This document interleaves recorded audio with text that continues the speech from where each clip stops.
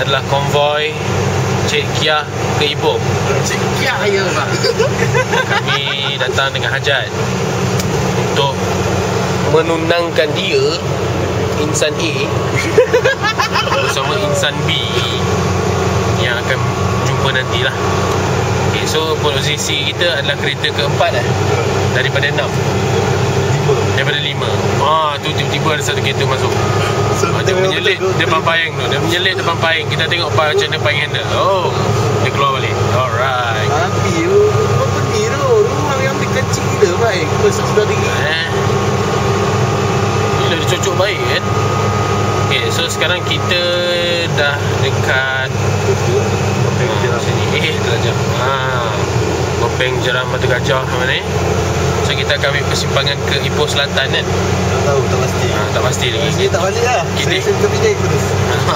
Kan, betul tak? Penang. Memang kasino. Gurau-gurau main-main Right.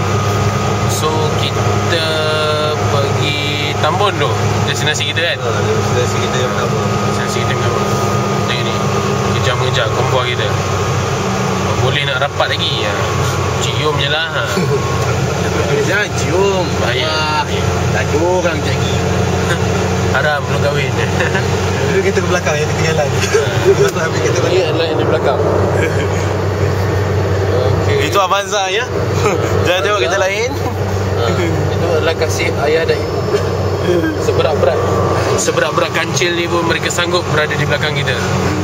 Actually kereta ni adalah kereta kancil kalau kamu tak pasti lagi Kita naik kancil dan yang naik dia selain Daus dan Kaca ada 2 insan gagah. Jadi ikut follow abang kau. Tengok ikut je lagi. Lain ke 3 tu bro. 4 boy. Yang 4 buat apa ke 3? main gear 3 dulu.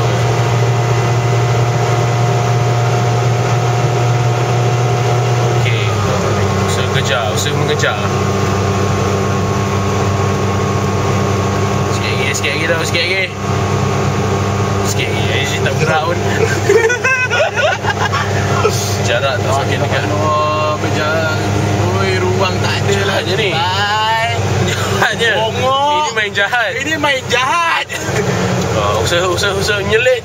Dia berjaya menyelit. Apa punya marshal lah. Babi ambil abang kau sama rekod lah. Boleh juga. Ada bagi kena edit. Behave Zhaffran rekod. Lepas tu paing tu masuk ambil marshal. Okay, kita dah tukar marshal lah. Paing Apa dia paing? Betul. Ni penting. Welcome to Ipoh. Ni actually dulu tulis Hollywood kan. Dah ubah sikit. Welcome to Ipoh. So kita pergi Tambun dulu. Pergi rumah Makcik Daus Makcik apa nama? Makcik Liza. Kita pergi rumah Makcik Liza. Daus kata nak berenang ya. Lepas tu barulah kita pergi ke rumah perempuan insyaAllah. Tentang utama lah untuk itulah destinasi kita sebenarnya. Perjalanan jauh tak aku rasa. Motor besar. Excited. Ada orang excited kat belakang. Ada orang excited juga. Celaka sangat. Baik kata Zhaffran banyak bercanda. Edit banyak kena edit ni. Zhaffran banyak. Tadi sebenarnya radio. Bukan suara Zhaffran. Okay. Cover lah. Kalau tu radio Malaysia macam tu. Radio Malaysia tu. Tengok tu. Marshal masuk kanan dah. Belakang ada orang jaga? Belakang belum jaga lagi. Belakang belum jaga. Sebelah Siti laju. Selalunya Avanza akan jaga belakang. Berapa meter lagi? Alright. Alish, aku laju sangat. Saya tak boleh laju. Tengok berapa minit ni? Save pula. Dekat tengah pula. Sambung cerita kat tadi. Okey. InsyaAllah rehat dulu. Assalamualaikum. Sekejap lah kita cukup 5 minit.